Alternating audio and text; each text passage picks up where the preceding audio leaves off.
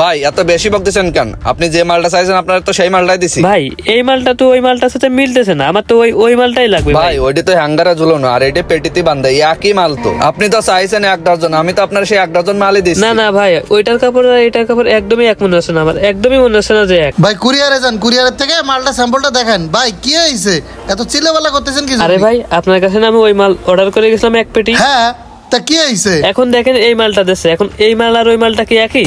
এই এটা তো সেই গ্রেডের মাল না বক্কার, ঘটনা কি তাইলে? ভাই একটু বাইরে আসেন। মালটা হলো লো গ্রেডের মাল, একটা মালে জায়গায় 150 টাকা লাভ আছে। মাল কিনা তো ফুটপাতে। ভাই এই মালটা দিয়ে দিই। তোরে আমি এক্সট্রা লাভ করতে কইছি? আগে হাট, সঠিক মালটা বের করে দে। আচ্ছা ভাই ঠিক আছে, বুঝতে পারছি। ভাই এই যে আপনার সেই জিনিস, এই যে দেখেন।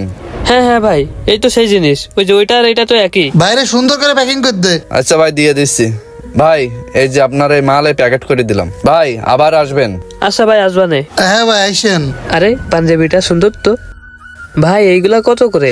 এইগুলা 1200 টাকা করে সেল করতেছি ভাই, তোমার জন্য কিছু কম করে রাখা যাবে। পার পিসে তাহলে 100 করে কম রাখেন, আমাকে তাহলে 6 পিস দিন। আচ্ছা ভাই ঠিক আছে। বক্কার তুই আমার একটু কি বলতেছিলি যে নরমাল মাল বেচলে বেশি লাভ হবে। এই দেখ আমরা তার সততার সাথে সঠিক জিনিস দিছি বলে সে আরো 6 পিস মালের অর্ডার দিচ্ছে। আসলে ব্যবসা জিনিসটা হচ্ছে ভালোবাসার জায়গা, সততাই ব্যবসার মূলধন। আসলে ভাই আমি বুঝতে পারিনি।